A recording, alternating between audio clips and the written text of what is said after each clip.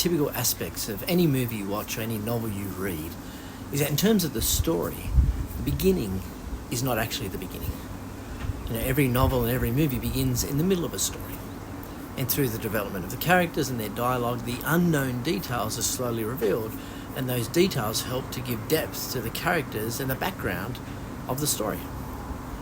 Well, today we begin a new series looking at the Old Testament book of Zechariah, a book that I'm guessing is fairly unknown to you.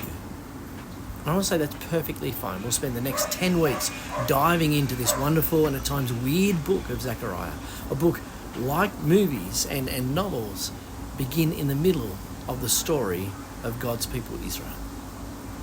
In 722 BC, the northern tribes of Israel were defeated and taken into captivity by the Assyrians. In 586 BC, the southern tribes of Israel were defeated and taken into captivity by the Babylonians. The book of Zechariah begins around 520 BC, which is about 20 years after God's people had been released from exile in Babylon and began returning home to the Promised Land. Zechariah 1 verse 1. In the 8th month of the 2nd year of Darius, the word of the Lord came to the prophet Zechariah, son of Berechiah, the son of Iddo. The Lord was very angry with your ancestors. Therefore tell the people, this is what the Lord Almighty says. Return to me, declares the Lord Almighty, and I will return to you, says the Lord Almighty. Do not be like your ancestors to whom the earlier prophets proclaimed, this is what the Lord Almighty says. Turn from your evil ways and your evil practices. But they would not listen or pay attention to me, declares the Lord. The story of Israel goes a lot further back than the book of Zechariah. However, Zechariah begins with the sins of the past, serving as a reminder and a warning to the people of the present. And they are instructed to not live as their ancestors did, and instead honour God and worship him as God. Zechariah 1 verse 7. On the 24th day of the 11th month, the month of Shebat, in the 2nd year of Darius, the word of the Lord came to the prophet Zechariah, son of Berechiah, the son of Iddo.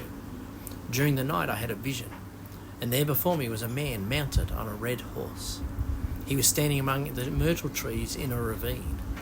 Behind him were red, brown, and white horses. And I asked, what are these, my Lord? The angel who was talking with me answered, I will show you what they are. Then the man standing among the myrtle trees explained, they are the ones the Lord has sent to go throughout the earth. And the book of Zechariah is essentially split into two sections. Chapters 9 to 14 look forward to a future where the promises of God will be fulfilled. Chapters 1 to 8 look at the present time of Zechariah, and they are framed by a series of visions that God gives to Zechariah. The first vision, which will coincide with the 8th and final vision, depicts 4 horses who go throughout the earth and report back that the world is at peace and at rest. It sounds like a good thing, and indeed world peace is a much sought after goal. However, the promise of God was that his people would be at peace. They would be at rest, and the nations instead would be judged for their sins. And so as a result of that, the angel of the Lord cries out. Zechariah 1 verse 12, Lord Almighty, how long will you withhold mercy from Jerusalem and from the towns of Judah, which you have been angry with these 70 years? Now, we're only at the beginning of Zechariah. However, this brief picture testifies to the first section of the book, and specifically the idea that although God's people had returned back to their land, the promises of God are still to be fulfilled. And so friends, why don't you take a minute to ponder how their reality is not like the lives we live, where because of our faith in Jesus, we also hold to the promises of God. However, some of those promises are still waiting to be fulfilled. And then spend another minute in prayer and ask God to help you to understand the teaching of Zechariah.